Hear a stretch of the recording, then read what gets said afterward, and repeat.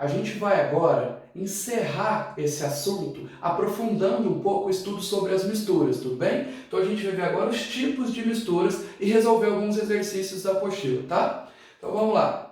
Bom, ainda está com relação ao capítulo 4, ao capítulo 4 da apostila 1, tudo bem?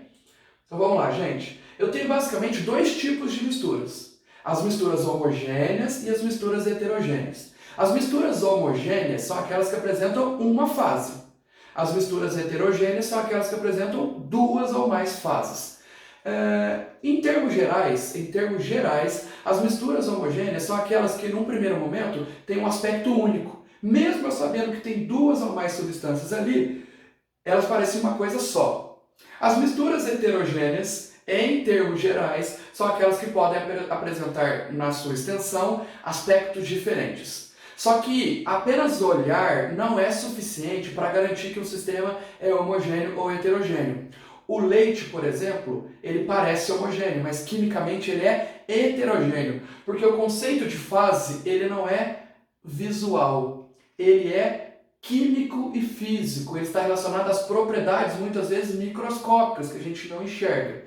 O que é uma fase, professor? É uma região do sistema, é um trecho do sistema que apresenta as mesmas propriedades físico-químicas. Portanto, se eu analisar um sistema, tirar amostras de todo o sistema, e ele apresenta sempre as mesmas propriedades, é porque ele tem apenas uma fase, então ele é homogêneo. Agora, se eu tirar uma amostra de um sistema e ele apresenta mais de uma propriedade diferente, essa região tem uma propriedade, esse trecho tem outra propriedade, então ele é heterogêneo, ele tem mais de uma fase, tá bom? Beleza. Bom, para a gente discutir sobre isso, olha só esses dois exemplos. Aqui eu tenho uma mistura homogênea, água com açúcar dissolvido. Apesar de ter água e açúcar, como o açúcar está dissolvido, ele desaparece na água, né? Então vira uma coisa só, homogênea. Mas esse trecho, esse sistema aqui, é tipicamente heterogêneo, porque a gente sabe que água e óleo não se misturam. Portanto, por conta do fato deles ficarem separados, formam duas regiões diferentes. E duas regiões com propriedades diferentes. Duas fases heterogêneas. Maravilha. Bom, mas muitas vezes, pessoal, não é fácil saber o número de fases só olhando o sistema.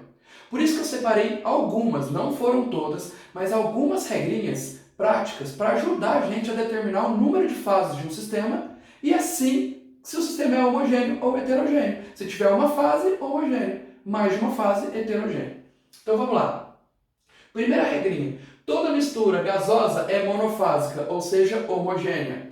Pessoal, não importa se eu tiver 2 gases, 3 gases, 55 gases diferentes, todos misturados, o sistema é homogêneo. O maior exemplo disso é o ar atmosférico. Eu tenho vários gases misturados, formando um sistema muito homogêneo, monofásico.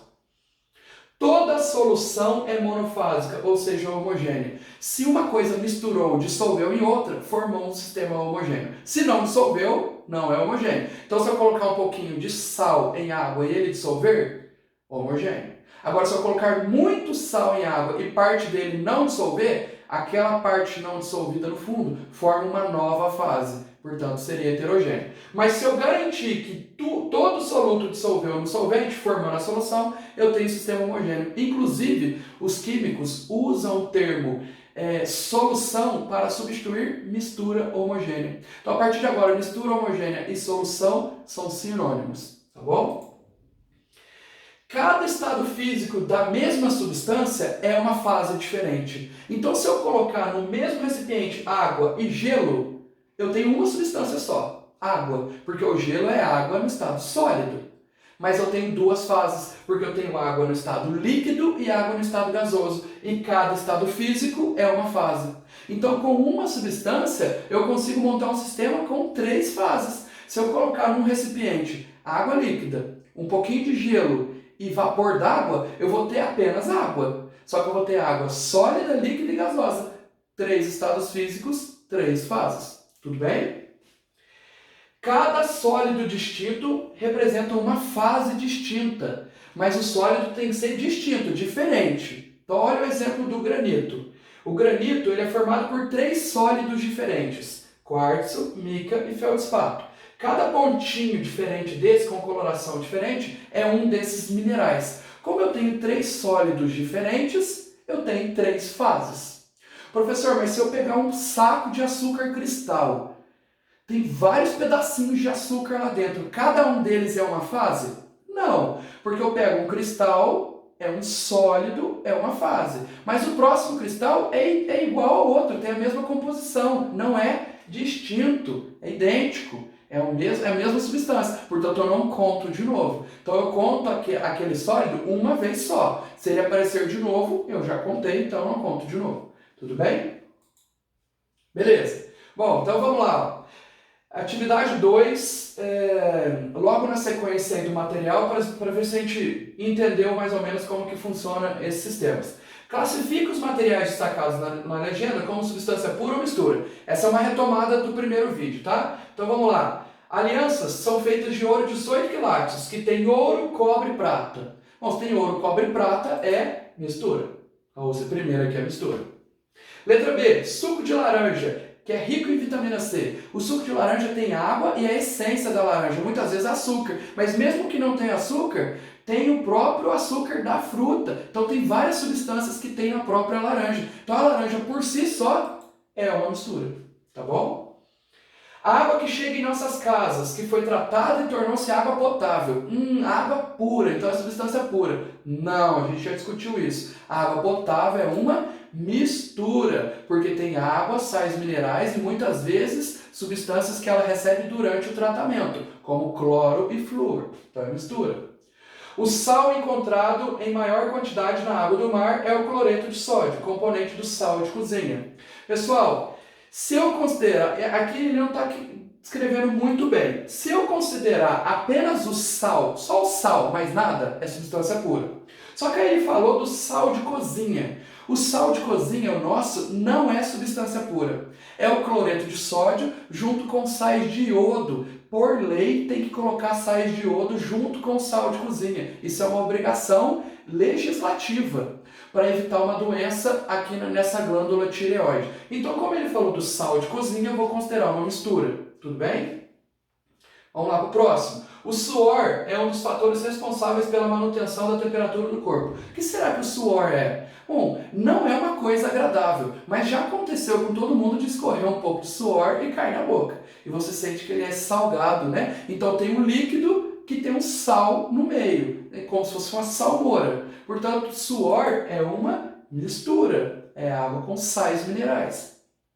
O cobre apresenta cor avermelhada e é o metal mais utilizado em instalações elétricas para fazer fios. Se eu tenho cobre puro, mais nada, cobre sem estar numa liga metálica, apenas cobre, aí eu tenho substância pura. Então vamos considerar apenas o cobre. Tudo bem? Beleza? Maravilha. Então, vamos lá. Exercício 2.